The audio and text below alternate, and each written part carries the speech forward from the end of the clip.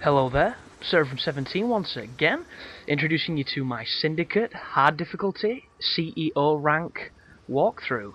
This is the very first mission, and it is entitled Wakeup Call. So firstly, that is the premiere of my new intro. I left out the presents on it, which is the first intro not to feature that, and I'm kind of missing it, but let me know what you guys think.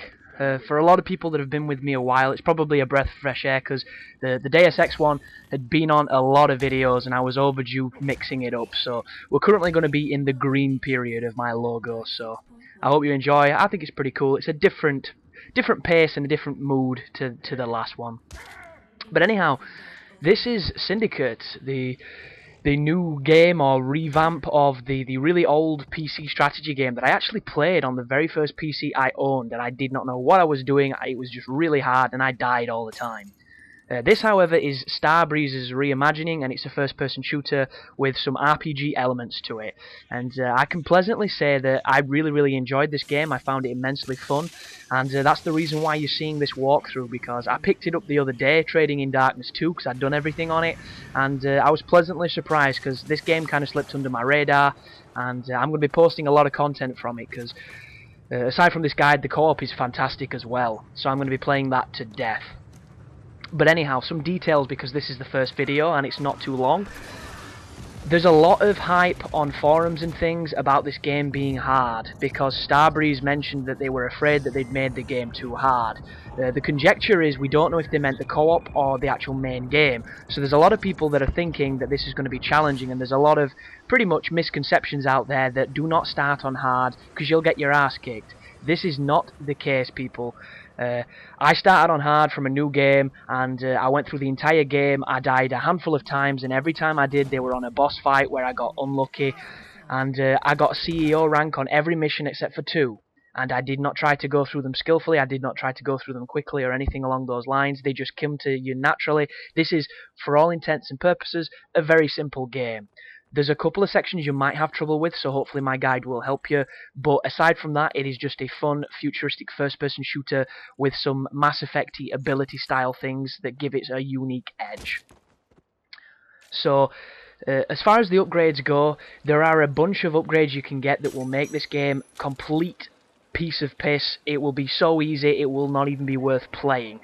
And I'm going to avoid those upgrades until the end of the game. In fact, I only purchased one of them to see what it's like, because on my first run through, I bought none of them, and I didn't really see much need for them, because on an upgrade tree, I personally believe that it must be something interesting to be worth purchasing, and a lot of these are get more life, regenerate faster, take more damage, all that good stuff, and if you spec that way, it will make the game easier. I'm not going to be doing that, so if you don't want to follow my spec tree, feel free not to. The abilities I'll be speccing towards are using the dart overlay that I'm using right now, and just some of the backfire abilities and some of the more subtle things that can make the game a little bit more fun. And on each of the missions you're going to be watching in this walkthrough, I will be getting the highest rank, the CEO rank, and as I mentioned before, there are only 2 levels that will really force you to have to, you know, maybe try and get the rank. And I suppose it all depends on how into getting high scores you are to how well you play, because the faster you do the mission, obviously your time bonus will be affected, the amount of damage you take is a factor, the amount of headshots you make, the amount of perfect breaches that you do, and things of that nature. But I don't think you will need to go out of your way to really do any of them, and these videos are going to prove that. I just play them as I would any other first-person shooter, and I managed to come away with the ranks, so fingers crossed you won't have too much of an issue, and if you do, just follow some of the techniques that I utilise, and you should be fine. But a couple of techniques as well. You can sit back and play this game like a shooter with the guns, because the guns are fantastic. They've got some fantastic secondary features. There's a really nice arsenal in the game. It's diverse and it's enjoyable. But at the same time, there are a couple of little tricks and techniques you can utilise. For instance, when we do get our powers to breach things, which is when you can cause people to commit suicide and all that good stuff, you always want to use them when you have them. They should always be on recharge, because if you have them, use them. They're fun to use, they'll help you get the ranks, and they'll also just distract the enemies so that you can shoot them. The dark mode that you see me going into now actually makes time slow a little bit like fear. It also makes you deal more damage and be resistant to damage a little bit more than you normally would. So this is the win mode effectively, and the upgrades that help the overlay mode, you know, last longer, do more damage, they are the ones that I'm going to be buying because they're the ones that are most fun. And as long as you bear in mind that if you ever get into a rough spot and you feel like you're taking too much armor, just put on the overlay mode like I did just then when I started getting shot, and it will save your ass. Also, a really good technique, if you're confident in your ability to play, is getting up close to the enemies and doing the execution move. I'm going to spec towards being healed by those execution moves, but even if you don't, they're still ridiculously powerful because you cannot be killed during them.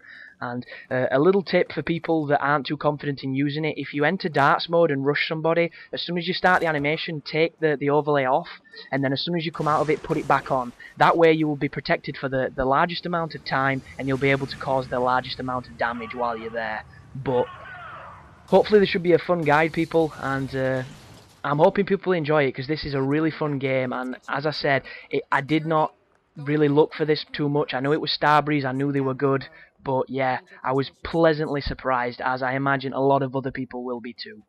So all you've got to do now is sit in the chair, listen to Rosaria Dawson's pearly tones, and I'm going to do a transition directly to the rank, where you see, there you go, CEO, with an overall score of 292,000. So as long as you get somewhere in that ballpark, you should get the highest rank. So thanks for watching, guys, and you take care now.